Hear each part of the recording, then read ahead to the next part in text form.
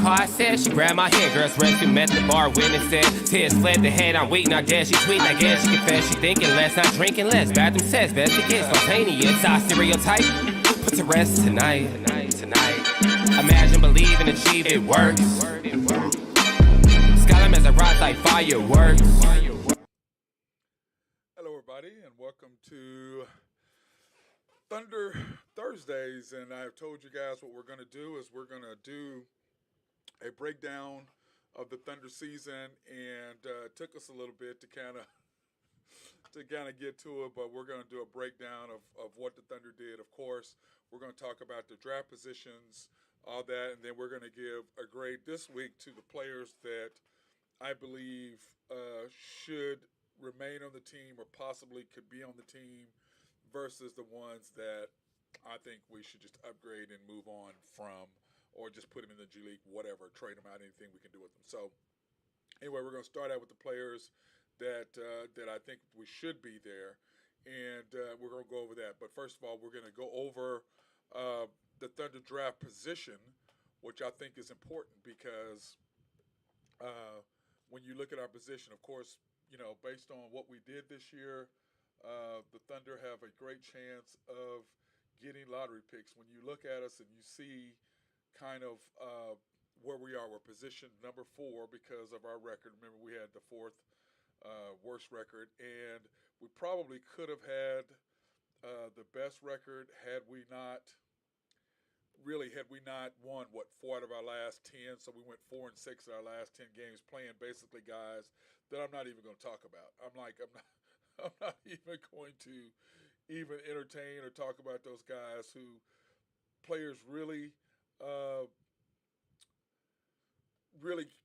didn't play or ended up being on our team at the end, because I'm just going, you know, guys, are you serious right now? I mean, when I looked at us, we were 24 and 58 is what we ended up, okay? And that's not, even though that's not bad of a record, you know, Houston was 20 and 62, so it was only 4 games difference. But at the same time, we sit at number 4, and remember, Laturi is what that should say, via the Clippers, because the Clippers lost the last game not to get in the playoffs. Thank you, Clippers, for being the Clippers. That allowed the Thunder to get the 12th overall pick in the draft. So had they won in the playoffs, and then I think we would have ended up 15 and something, been out of the lottery. But as it stands, we have the number 4 lottery chance, or the 4th best chance to get the number 1 overall pick, and the 12th best chance to get the number 1 overall pick. Plus, we have the 30th pick. So that being said, what are some of the players that we do have a chance to get? Because there are tons of players out there who I was looking at, I'm thinking, man, who can we draft? Who are some of the guys we can get? And, I'm sorry, that's the wrong thing. And I'm sitting there looking at it thinking, who can we grab? Who can we get? Who are some of the players that we could possibly have? And there are, you know, I'm going to go back and look at our last year's draft. Let's do that. Because our Thunder class last year, Josh Giddey, Trey Mann, Aaron Wiggins, and Jeremiah Earl. Now, I gave them all draft, I guess you want to call them all, gave them draft grades and what I thought they should do. But this year, the Thunder, this is what I look at our team. I look at this last year's draft of these 4 guys. All these, remember, Josh started, Aaron Wiggins started, and Jeremiah Robinson Earl started until he got hurt. And to add with, of course, Shea and Lou, so that was our starting 5. And let's face it, Josh Giddey did fantastic this year. I was really, really pleased at his play. Because, I mean, at the beginning of the year, I was like, do I even want to go to a Thunder game? Hell no, I didn't want to go to a Thunder game. I didn't know who the players were because of our decision the year before not to have any games after the All-Star break. The only team to do that, which I thought killed the Thunder as far as not wanting to come to games, because we didn't know who the hell the players were this year. So why am I going to buy season tickets for people I don't even know who's on the team? I don't know what we're doing. I have no clue. So when I look at that, I think, oh man, what should have happened, okay, was that the Thunder let everybody come back. Now I get, and we've talked about that on the other shows on why I think the Thunder did not have not have the players come back or not have the fans come back, and strictly because of where we live and the political times and things was going on, there were certain people who wanted our players to shut up and dribble, and they did not want to see them bending the knee and all that, which is nonsense. Uh, People should have the right to feel the way they feel. And if you don't feel that way or you don't even understand, and that is my issue with a lot of people in Oklahoma City that I had conversations with, they just didn't understand what was going on. All they saw was these guys kneeling against the flag. Zero to do with the flag. Zero to do with the flag. But that's all they saw because they didn't educate themselves on what was happening. They drew the line. Oh, well, you're disrespectful because they hear some idiot who's on talk radio talking about nonsense. Was never about any of that. And if you go back, kneeling is the most humble thing that you can do.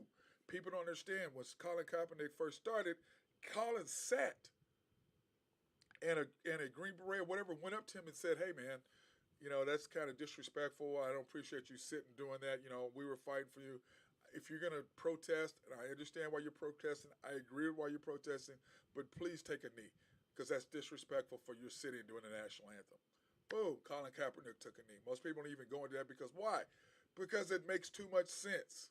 Because then you'll understand when someone who is a former Marine or former Special Forces guy comes and says, "Hey, it'd be more respectful for you to take a knee than sit what you were doing." That was disrespectful in his eyes, not taking a knee. Because when you pray to God, if you are a true Christian, when you pray, what are you supposed to pray? On your knees. It's a humble position. But people get caught up in all this political crap, and it's a bunch of BS. I don't care about none of that mess. Okay? Don't care about none of that. But that being said, we got a chance to go watch the Thunder.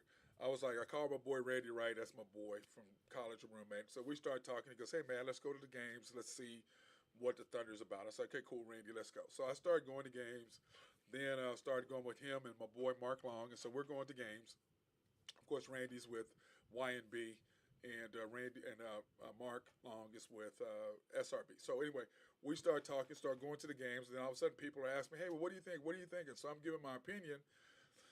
And so maybe one or two cocktails into it at my girl Kat's Tavern, uh, we said, "Hey, man, why don't you come up with a show and start talking about this?" This is how this show got brought about.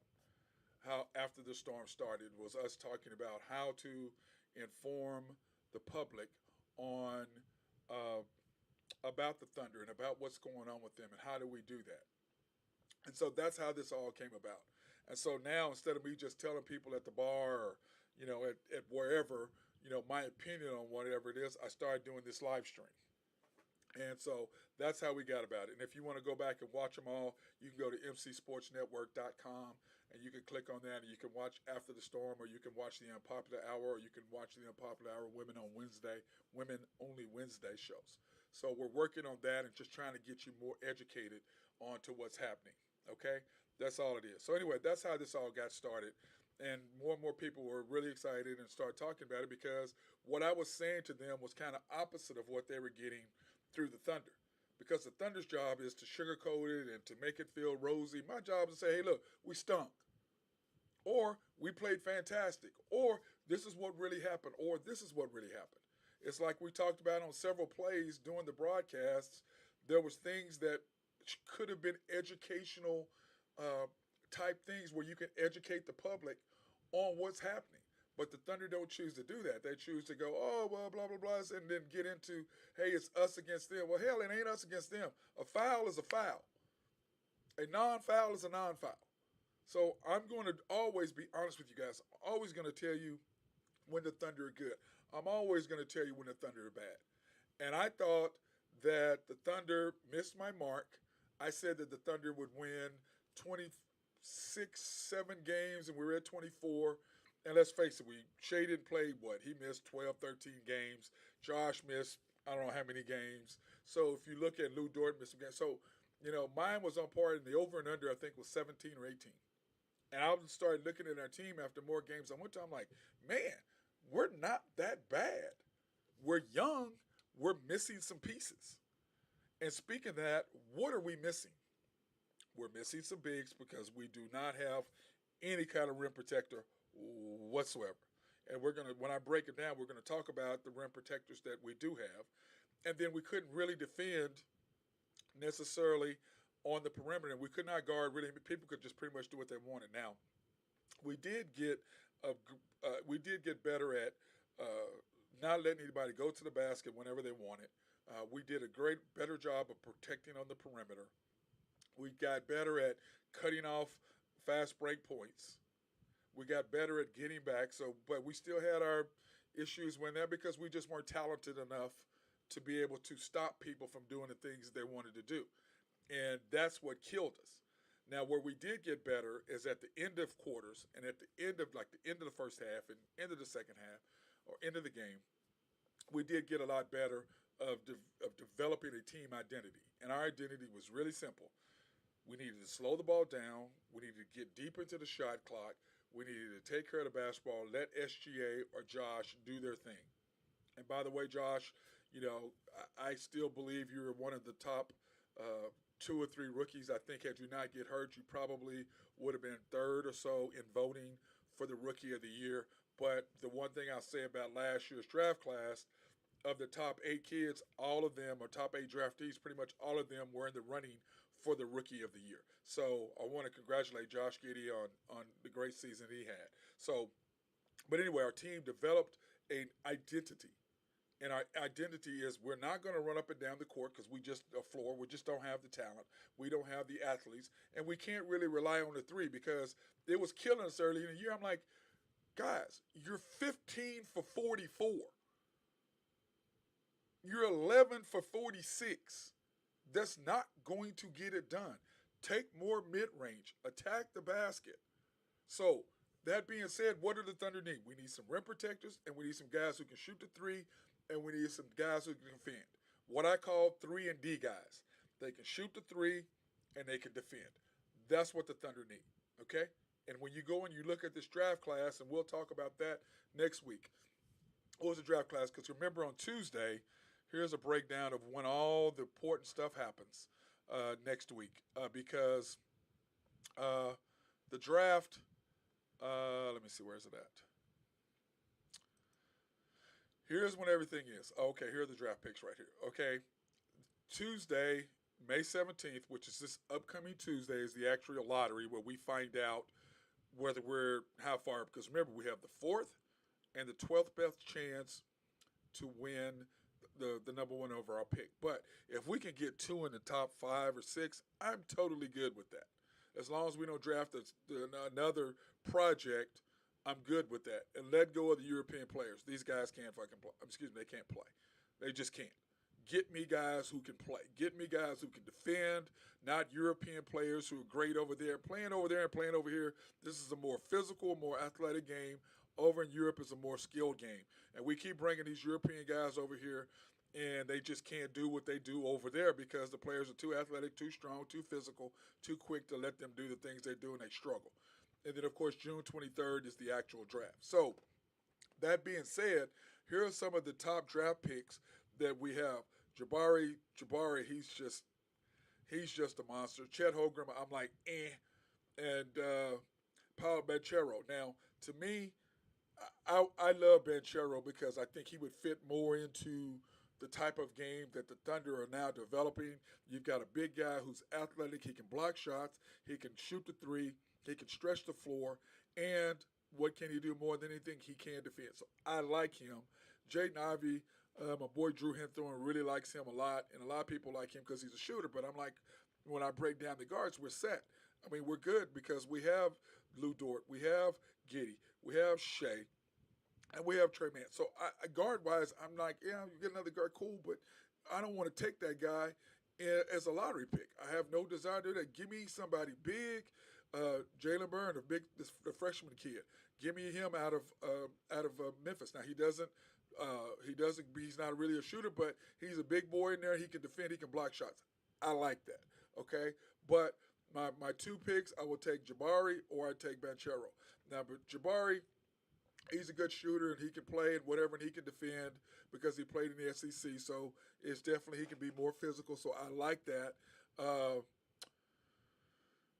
Shooter-wise, we need more shooters, but we need some height. So I like that Shade Sharp kid. He's a shooter, 6'6". He is a freshman. He has some growing to do, but that being said, he is a big guy. I do prefer some bigs. Give me somebody big who can defend, who can shoot, and Johnny Davis can shoot. You got AJ Griffin, who's not bad, but clearly Jaden Ivey is the best shooter of that whole group. And then Keegan Murray. The interesting thing about him is he's a small forward, and he's kind of mixed in between. He's 6'6", but he's very, very, he's 6'8". He's very, very athletic. He can defend, he can shoot, but most of all, the two things that we are missing for the Thunder is very simple. We're missing shooters, and we're missing inside. That's what the Thunder need more than anything. We need somebody who can play inside, and we need some shooters. And that being said, we're going to take a quick break. I want to thank my sponsors at YNB, family owned and operated since 1912. The bank that makes things happen. And yes, they do by all means. They certainly make things happen. You can go online and pre-qualify for a loan at www.ynbok.com. That's like I said, you can qualify for a loan at www.ynbok.com. And I want to thank YNB because one of the things that they are doing for me is they're helping me. And tomorrow we got a special treat for y'all. We were going to go somewhere to this restaurant, but we're going to do something way more fun.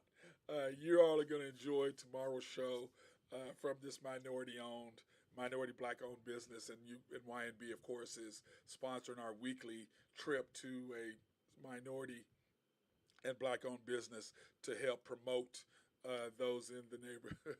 But tomorrow's going to be a treat. It's going to be, for those of you all who have heard about places like this, you're going to be in for a treat tomorrow. So I'm excited about that. So that being said, we're going to take a quick break. Then we're going to come back and we're going to do a breakdown of the Thunder players for this year. Hang on, we'll be right back. Thanks for watching After the Storm, Oklahoma City Thunder. Be right back.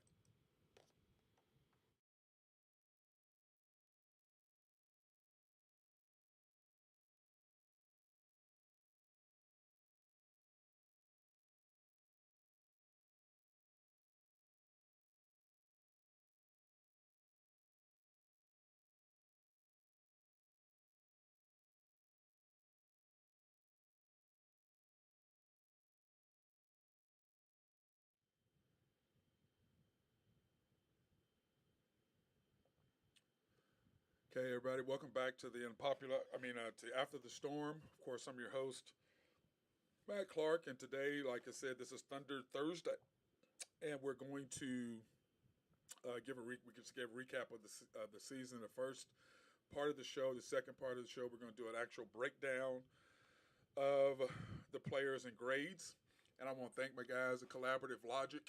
Any kind of IT needs that you might have, please go talk to Russell and the boys. They'll be more than happy to help you guys with any IT needs you have. Of course, SRB, engineering, surveying, and planning.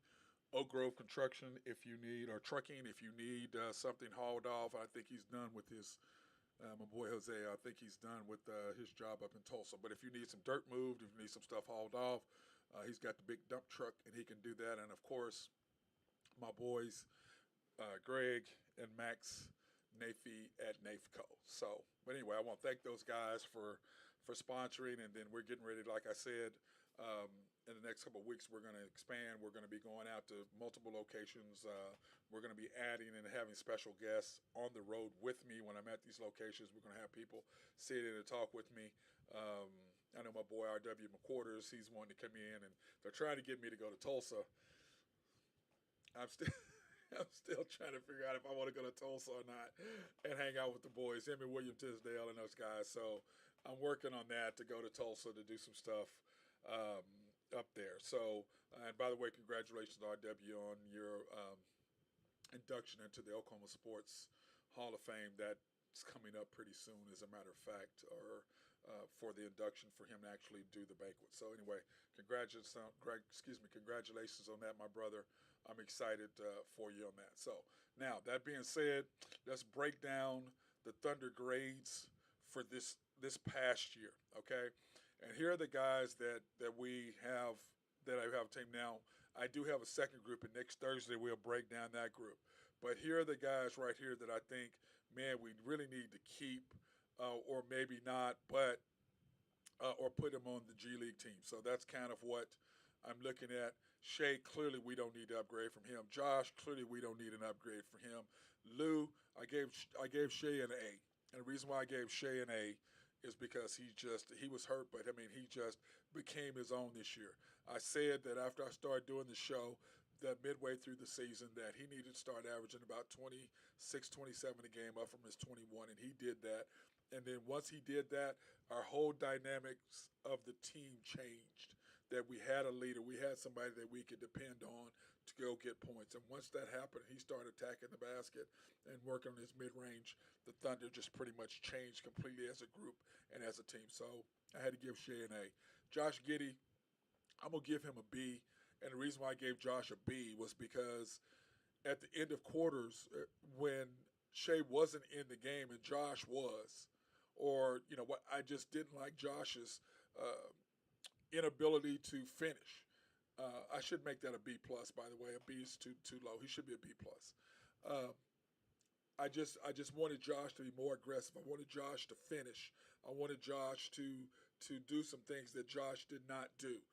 He got better, a little bit better at defense towards the end of the year. That's why he's getting a grade. That's why he was winning the Rookie of the Month. He won it 2-3 months in a row, simply because he was playing. So I want to give him a B plus. But the reason, like I said, he turned the ball over and he got a little scared and not having the confidence to finish at the end of games, especially when Shea wasn't there.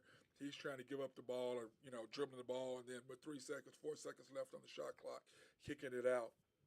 Did not like that. I think he needed to upgrade himself. So that should be a B plus, not a B. That's my fault. That was just a typo. I need to fix that, because definitely give him a B plus. Like I said, the only reason why I don't give him an A is because of him not having the ability, or not having the confidence. That's a better word to use, down the stretch, to finish out games and to finish out quarters. So I'm gonna hold that against him. But he did get much better in January and February, of just becoming an overall better player, his confidence, which is why he won that award. I think it was late December, or December, January, and February that he won the award. But I'm really, really pleased at our starting guards. I think we're set at guard for a while. Lou Dort, I want to give him a C plus, because he tried to get out of his comfort zone, but he's shooting the ball too much and he's not a shooter. I need you to D up. I need you to understand what your role is. I need you to say, okay, I'm going to go guard the best defensive player. I'm not going to be knocking down shots, because Lou would knock down shots and then miss them late. And everybody's like, oh, well, look, he made shots at the end of the game.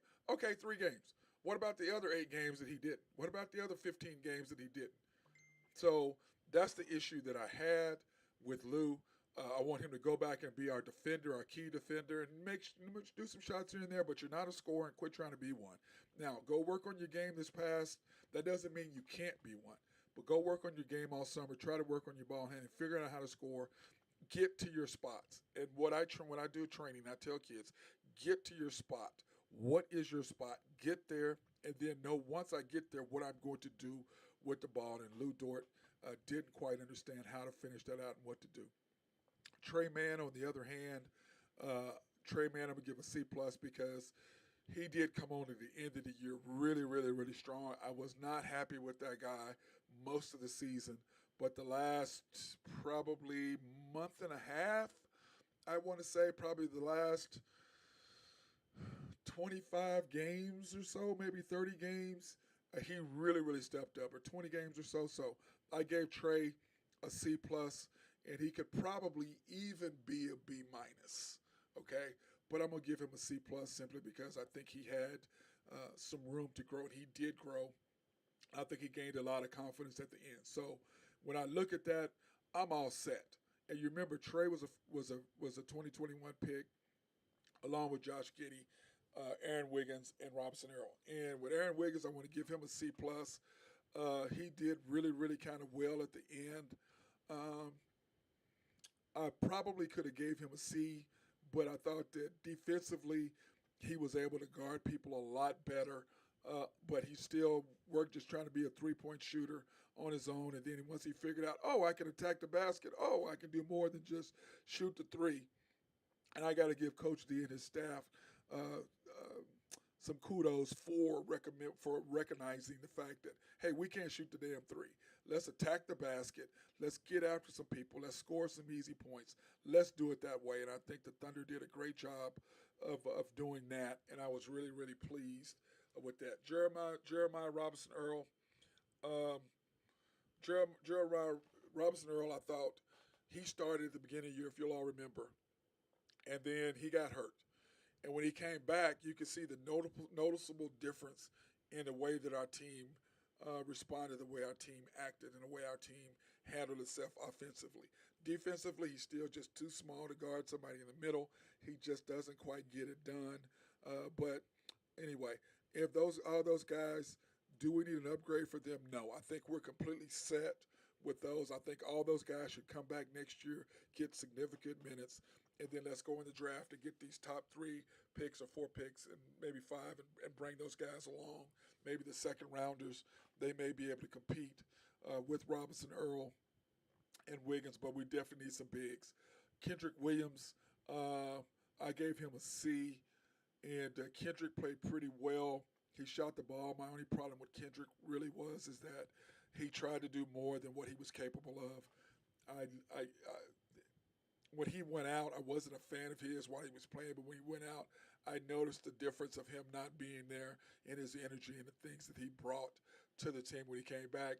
Yes, I was okay with him coming back, and I liked the energy and what he did for our team, but he can't really shoot the ball very well. He tries to do more than he's capable of. And once again, once Shea established that he is the dominant guy, give me the ball, let's do this. And the thing that I loved about Josh, which I should have gave him a B, like I said, a B plus, is the fact that he recognized that hey, the ball goes through Shea, then me, then y'all. He took the ball from Dort. He did it to a couple other guys. Said, give me the ball, and they point at him. Shea, me, then all y'all. But Shea handles the ball first. He makes the decision. He kicks it to me. Then I make the secondary decision. Then the rest of y'all just come along and follow. So I liked what he did there. And Kendrick Williams was trying to do too much. But once Shea established himself, Kendrick came back, and I don't think he really knew. I mean, the energy I like, but you could kind of see when he was on the floor with Shea. I mean, he kind of lost his aggressiveness because he really didn't know where he fit in. And injuries, I think, set him and Robinson Earl back quite a bit. But at the same time, is he somebody that we can upgrade for? Sure, if we still keep him, I'm still okay with that. Injuries come up, keep him in the G League, and because I think him sitting on the bench is not going to help. I think he needs to play. Roby, I'm going to give him a C+. He finished really, really strong at the end of the year. He still can't defend. He just has horrible feet. He cannot move his feet. But I like the way he was scoring. He had those games where he had 20s and 20s, and we won some games simply because he just showed up and he played really, really well. So I've got to give him a C+ on that. Like I said, I can't give him anything higher. Offensively, I think he was fantastic. Defensively, negatory. So can we upgrade from him? Yeah, of course we can. In other words, my upgrade is keep or diss.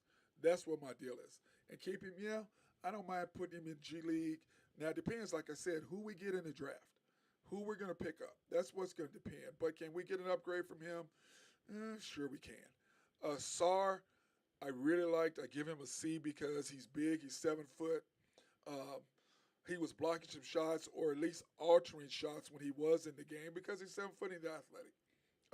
Offensively, he was okay. I think he was average offensively. If he gets some more weight on him, he'll be able to hold himself more defensively. But I do like what I saw out of him as far as being a rim protector and as far as going up and altering shots and giving us a chance to get off the rebound, get in transition, and get some easy baskets. So I would give Sar a C on what I saw from him. Diakite, a C. He's just big and physical. He's just got to get better. He just needs time. His offense His offensive ability is limited. He and Sarr both can go get the alley oop and do what you need to do to finish at the rim. Diakite is way more physical. He doesn't really get pushed around, but offensively, like I said, he is a little bit more wanting. He doesn't really get out and handle the pick and roll that well out, and none of our bigs do. And to me, in the NBA, you have to be able as a big guy, and that's one of the things that hurt Steven Adams not being able to get out when he was here with us and guard the pick and roll, and people just exploited that. Speaking of that, I don't know what the hell happened last night in the game, so we're going to finish up with the NBA and what happened last night and look at some brackets. But that's my breakdown of giving the Thunder grades this year, and then next Thursday, I'm going to have the breakdown of the second group, the people that you did not see there on the list. So I'm excited about getting back in and talking about the Thunder on a weekly basis, talking about how they did, what we can do to improve better, who are the guys that we're looking at, who I think we really, really need. And next week, I gave you the list today of all the potential top picks. And then next week, I'll actually give you a breakdown of here's who's I think we should pick and why. And how do they fit in with that group that I just had there that I was just showing? How would these guys fit in with that group? And then next week I will include our second round picks and where they are number wise, so that I kind of give you a better grip or better feel for what the Thunder can do or what we have an opportunity to do. And remember, we have enough draft capital that if we want to bounce up and there's somebody else that we want to go get, we can go get them because we do have draft picks, enough draft picks over the next 3 to 4 years. So, and then I'm going to have a breakdown of that as well. This is all the damn draft picks we have. So we'll break all of that down for you guys and let you know kind of how that works. So, but anyway, let's talk about the NBA briefly. What happened last night? The box scores. Oh, that's not it. The NBA scores last night. Golden State just got murdered. I mean, murdered by the Grizzlies. Remember, the Grizzlies are 20-6 without Ja. 20-6. Now, of course, they were at home, and they realized that they got beaten. They led if you want to be honest, they led the Golden State Warriors to the last 45 seconds. So the series could be over right now. They could have finished Golden State off last night and won 4-1, which would have been interesting if they did that. But, of course, they did not. And, 4-1. So they could have won Game 3. They choked that off. Could have won Game 4. They choked that off and could have won Game 5. So they would be up. They'd be up 3-2 right now instead of down 3-2. So we'll see what happens in Game 6 back in Golden State. The Bucks and Celtics. How do you only score 21 points in the fourth quarter in your home base, in your home building? How does that happen? How does that happen? How do you only score 21 points in the fourth quarter at home? Get outscored 31-21. That's pathetic. But that's my problem with the Celtics. That's always been, Jason Tatum will shoot you and shoot you out. That's always been my problem with the Celtics. Always. Is that this team, because if you'll go back and you'll look at what happened with this team. When Jason Tatum was on the Olympic team, Popovich sat him out and said, oh, no, bro. We ain't doing this. We ain't doing this at all. This is not happening. Come sit down, young man. But that's Jason Tatum. He just goes crazy. And, it's like you played at Duke and you don't know how to play basketball. You don't know how to finish games out. You don't know what to do down the stretch. Really? Are you serious? You should know how to do this. But clearly Jason did not, and that cost them dearly. Cost them dearly by them not doing that. So Celtics fall now down 3-2. I thought they would win it, but clearly if Milwaukee can get by this, they got a chance to get Chris Middleton back for the conference finals, and for sure, if they make it to the NBA finals, he will be back. Now, will he be rusty, and we'll see what happens? Sure. But that they can finish off the Celtics, it's going to be a huge, huge thing for them. So, speaking of the games tonight, Here's our boy Drew Henthorns of HuskerDrewPicks.com. Here's his breakdown. He loves the Mavericks -1 at Phoenix. He likes this. He likes this matchup tonight. -1. Now, at Dallas. He likes Dallas -1. We shall see. Phoenix is up 3-2. So this is game 6 at home. The Mavericks, he thinks will win, get by. He thinks they'll win. They're -1, so he's picking them to win. I think the Suns are going to finish them off, but we shall see. He's believed all along that it would be 7 games. I thought it's going to be 6. I think the Suns will finish him off, but that's why he's who he is. That's why who I'm not, and he is. He gave me the stats on his run this NBA postseason, which has been absolutely ridiculous. He is 20-6 with his run on the NBA. 20-6. So the boy is doing really well. So if you're a betting with him at HuskerDrewPicks.com, you would be making money. So anyway, he's taking the Suns and Mavericks over to 11. I agree with that 100%. I think there's going to be a bunch of points scored. The Sixers -2 after them getting killed down 50 at one point or whatever it was, something stupid. If they don't come back with some heart, and let's face it, Embiid, he didn't get he didn't get the MVP. I thought he would come out and just dominate, but instead he sulked like a little kid and was totally non-existent, and they just got murdered. And James Harden, of course, did what James Harden does. But he likes the under 208. I think he's right.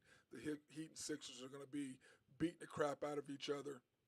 The Dodgers, of course, finally put the Oklahoma City Dodgers, but the real Dodgers in there. The money line at -145. So, and of course, the Dodgers are my pick to win it all this year. And Magic Johnson, minority owner of the Dodgers, I hope that he does what he does. He comes back and he gets the win. So, once again, though, I want to thank my guys at YNB, family owned and operated since 1912, the bank that makes things happen. Once again, you can go online and you can pre-qualify for loans at www.ynbok.com. That's www.ynbok.com if you want to go online and make sure that you are qualifying for a loan. And then my other guys, my other sponsors at MC Sports Network, Collaborative Logic. If you have any IT needs, please, by all means, go and check those guys out. My guys over at SRB, and you have any engineering, surveying, or planning, Oak Grove Trucking. My guy, Jose, if you got anything you need to be hauled off. And, of course, Greg and Max Nafee at NAFCO. So, anyway, I want to thank everybody for watching the show today after the storm. Remember, Thunder Thursdays. We're going to do a show, and we're going to talk about the Thunder every Thursday, give a breakdown. And this week, of course, we broke down who the Thunder should keep of our first group, and then the second group of guys, whether they should be here or not. So, but anyway, that was just my first group of people. Next week, we'll break down the other group, which is Baisley and Poku and all that, and we'll give a breakdown of them as well as an update for the NBA. And remember, we'll know where the Thunder stand as far as draft order next Thursday. Because remember, we have the 4th overall best chance, the 12th overall best chance, and we have the 30th pick. So it's going to be interesting to see what happens with the Thunder. But anyway, I hope everybody has a blessed day. And if you go out and play golf, please, by all means, do it. And if you want to get a chance, go to YouTube, After the Storm OKC Thunder, subscribe and like, or, of course, the Unpopular Hour with Matt Clark, subscribe and like, and the Unpopular Hour Women Only Wednesday, subscribe and like.